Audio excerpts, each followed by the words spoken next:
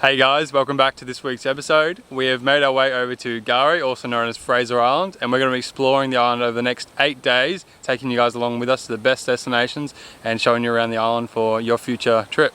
So before you get on the island, there is a few things that you need to have prepared prior, which the first thing is your vehicle permit if you're planning on bringing your own vehicle to the island. This was around $60 for a monthly pass, which is the cheapest option for the vehicle permits. You can also do a yearly pass if you're someone who wants to come to the island a bit more frequently. Yep, and the number 2 thing is, of course for us, camping. So that's $7.50 per person per night, so $15 in total for us, and we're staying 7 nights. Yep. So yeah, that's pretty good compared to other places that you visit along our journeys around Australia. But yeah, there's obviously other ways you can stay on the island as well if you came by boat or if you're a walk-on passenger. I'm not sure if you can actually get some type of maybe water plane here. There is another way, I'm pretty sure you can get to the island. Yep. So there's multiple ways you can get here and multiple places to stay. So yeah, that's the number 2 thing. And then number 3 is of course the barge to get across with your car. So this was about $290 for us, return. 2 passengers, return, and our vehicle. Yeah, that's the final thing that you have to have pre-booked. You can either leave from Inskip or Riverheads. Yep. Which is where we left from, which was closest for us, which was about 30 minutes on the boat, and then you arrive in at Kingfisher, which is kind of like the main, well. Yeah, there's a resort there and like a main kind of area on the island. Yeah, so that's all the information you need to know for getting here. And yeah, we're going to show you around. We're about to head to Lake Mackenzie, which will be our first stop, and we hope you enjoy this week's video. We are making our way down the track to Lake Mackenzie, which is our first spot we're heading to on K'Gari. Yeah, we can see the water peering through the trees just now, and yeah, it looks super blue and the white sand looks amazing, so we're keen to get down there and have a bit of a swim. Yeah. And yeah, it's our first stop, so it's pretty cool. Yeah. So we've made it to the car park, we're just getting ready. We pumped up our donuts for the first time, so that should be pretty fun. A bit of a float around. We're just going to head down now and check it out.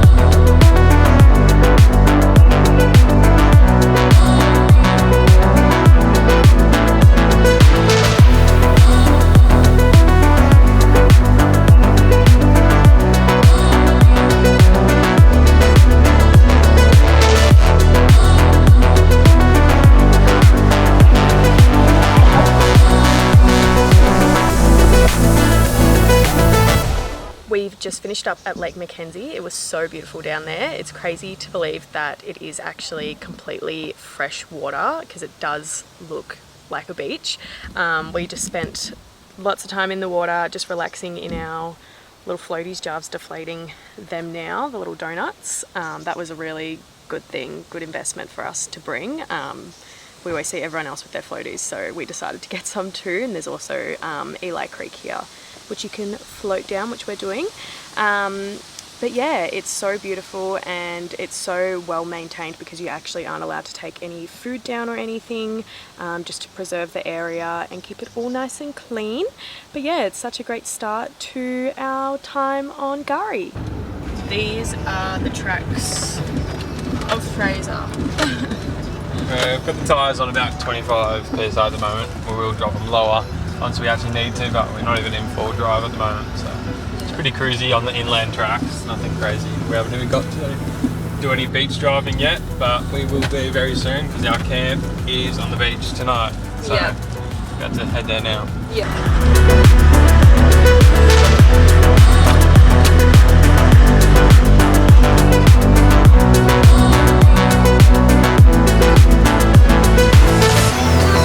So we have come to our first camp spot for our stay on K'Gari. This is at Beach Camp Zone 2, which includes Gabala, One Tree and Cornwell. We are around the Cornwell area. There is a few designated spots that are fenced off to be a bit more protected from the dingoes, but we have found a nice little secluded spot to ourselves, which is also right on the beach, which is so good. We're just sitting and you can just see all the cars driving past. Right, this is our setup right now. We've got the rooftop popped, got our chairs out, and yeah, we're just relaxing here for the rest of the day.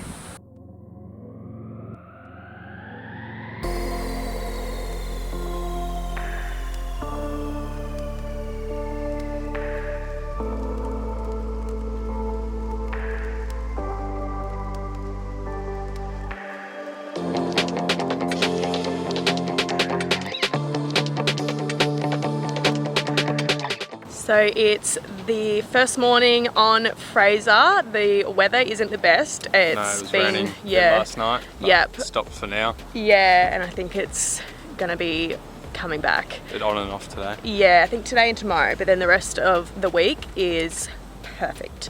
Last night we actually had 4 dingoes come over to our site. Yeah, yeah, which was kind of cool to see. They're so cute, but also just want to keep your distance with them as well, and they will come and right over to us. But yeah, today we are heading to Eli Creek. That will be our first stop of the day. That should be pretty cool. Yeah.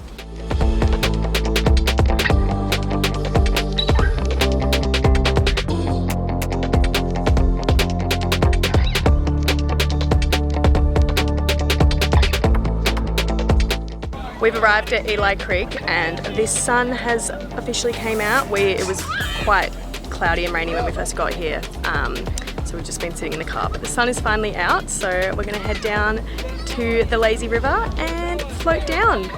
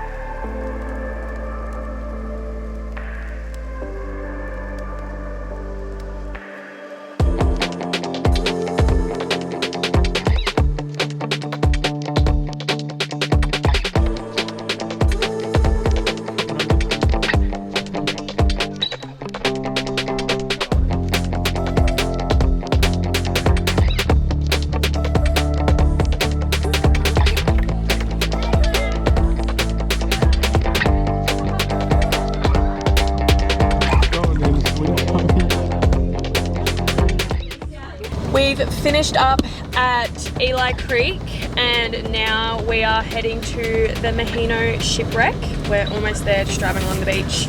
Just made the crossing over the water, which It was a lot easier because we waited till low tide, of course. Yeah, this morning. morning. There was people doing it this morning when we first rocked up to Eli Creek when it was high tide, and salt water was definitely in there and they were getting covered there. Yeah, so like you could see the waves getting smashed over their cars, but yeah. So we waited before it goes around the creek on our donuts, and now we crossed it and there was like barely any water. So yeah.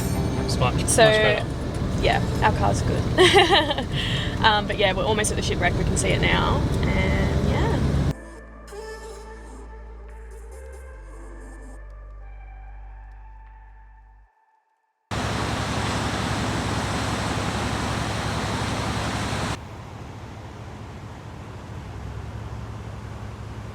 So the TSS Maheno was a New Zealand ship that operated from 1905 to 1935 before it was sold to a Japanese company for scrap. Whilst they were towing the boat, they were coming past Fraser Island when a cyclone hit, which broke off the connection of the tow, and the ship washed up to the shore. They were going to try and revive it, but unfortunately a second cyclone hit, which caused it to just be unrevivable, and that's how it ended up stuck here. We stretch time, we stretch life, we stretch time, we stretch life.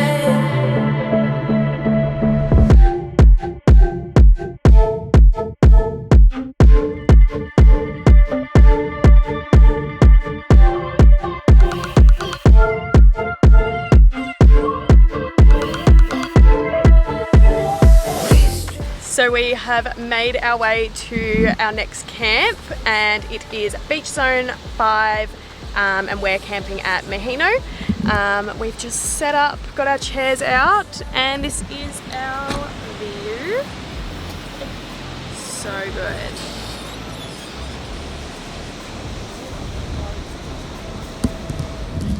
And there is no... What did you say? There's a dingo? There's one right behind you. Oh, I didn't even see it. Missed that one. I was going to say that there's no march flies here either. Yesterday where we were camped there were so many, but here we're all good.